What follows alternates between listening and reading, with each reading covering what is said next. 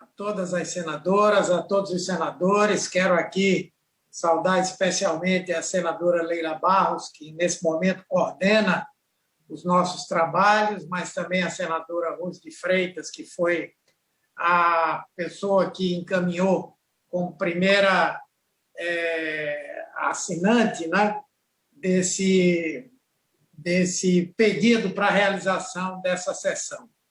E eu quero aqui ir na mesma linha de todas as companheiras senadoras que aqui falaram, que foram todas muito felizes em tudo que disseram, no sentido de que hoje é um dia, naturalmente, de comemoração, mas é, acima de tudo, um dia de reafirmação de uma luta, né? Porque o Brasil ainda é um país extremamente injusto com as suas mulheres, né? Aqui foi dito que hoje nós somos responsáveis pelo 5º lugar em número de feminicídios no mundo, ou seja, mulheres que são mortas pela simples condição de serem mulheres, não é? A mulher brasileira, no mercado de trabalho, também ela tem uma posição completamente desfavorável no comparativo com a mão de obra masculina. O salário médio da mulher brasileira é de 22% menor do que o salário dos homens pelo mesmo tipo de trabalho. E se for feito um recorte pelas mulheres negras, esse quadro é ainda de maior injustiça, é ainda de maior defasagem, né?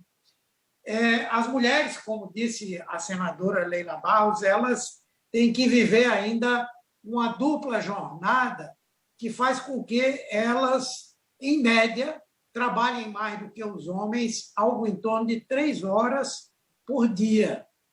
Ou seja, apesar, inclusive na classe média, onde a gente já viu um pouco uma maior divisão das tarefas domésticas, ainda aí essa diferença do número de horas trabalhadas e da responsabilidade, porque não é apenas o problema do número de horas que se trabalha, mas é também a responsabilidade que é o trabalho doméstico, particularmente o trabalho com os filhos, enfim. Então, isso também é mais uma demonstração dessa desigualdade. E se nós avançarmos para a ocupação de espaços de mando das mulheres no Brasil, isso é muito mais gritante. As mulheres podem ser a minoria no Senado, nas prefeituras, na sociedade, elas são a maioria. Mas hoje, no Brasil, nós temos uma única governadora. A quantidade de prefeitas que nós temos é muito pequena também. Na Câmara dos Deputados, a representação das mulheres não chega a 20%. No Senado, também é uma outra representação completamente desproporcional ao que a sociedade representa. Por isso, no Brasil, nós temos que retomar um debate que já foi feito em outros países e já há uma legislação que é aplicada de que, ao menos nas câmaras dos deputados, haja uma paridade entre homens e mulheres.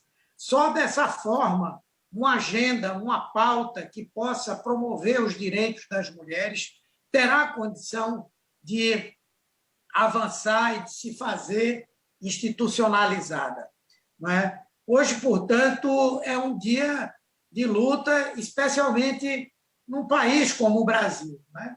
Eu vou querer falar sobre o Brasil daqui a pouco, e nesse momento que nós estamos vivendo hoje.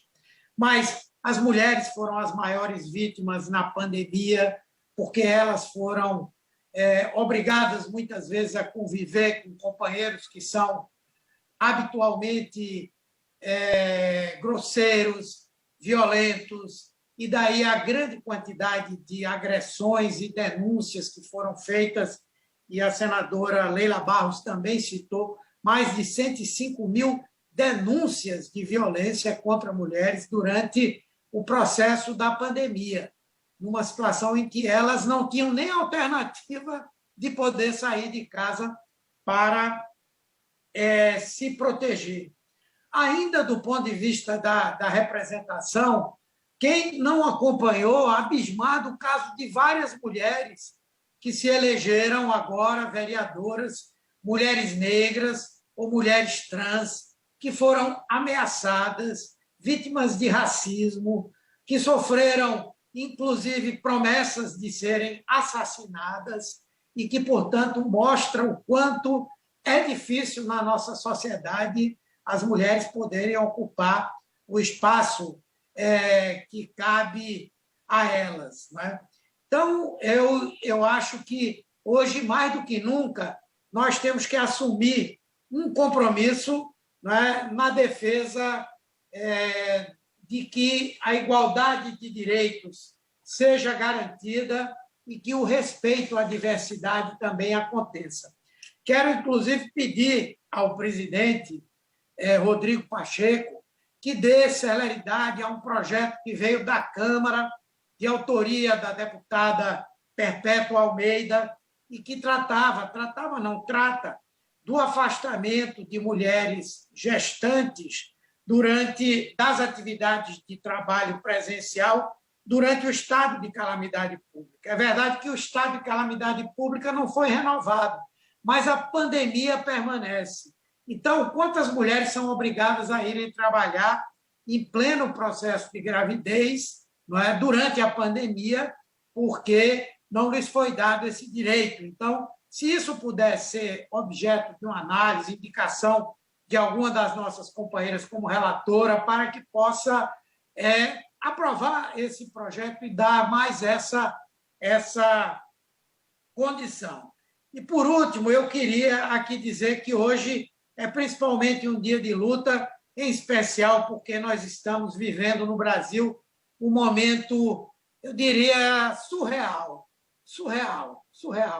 Somos governados hoje por um presidente da República que não tem apreço à vida, que não tem apreço aos direitos, especialmente à vida e aos direitos das mulheres.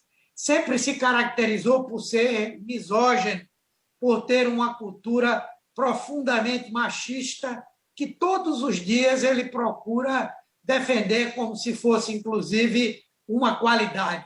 Hoje, mais uma vez, para a vergonha do povo brasileiro, o Brasil deixou de assinar uma declaração internacional com mais de 60 países, as mais importantes democracias do mundo, os Estados Unidos, os países europeus, democracias latino-americanas, porque não concordou o Brasil com a inclusão de referência aos direitos sexuais e produtivos das mulheres. E os direitos reprodutivos nada mais são do que os direitos à saúde da mulher. Ou seja, só um governo doentiamente obscurantista é capaz de não agregar a assinatura do Brasil a um documento como esse, com a importância, com a relevância que tem. Quem não assinou? A Polônia, a Hungria, governos de extrema-direita que envergonham a humanidade, governos como governos da Arábia Saudita, do Egito, outros que não são democracias, como a própria China, e, portanto, nós estamos ao lado de gente que, em termos de direitos humanos e defesa das liberdades e defesa dos direitos das mulheres, estão muito longe daquilo que todos nós consideramos como algo fundamental. Por isso, mais do que nunca, hoje é dia de lutar. E nós, os homens que somos aliados dessa luta, temos a obrigação de reafirmar esse compromisso. Muito obrigado, um abraço a todos e a todas. Obrigada, senador Humberto Costa. E a luta continua. Grata pelas palavras. Agora eu passo a palavra para o próximo orador, o senador Wellington Fagundes.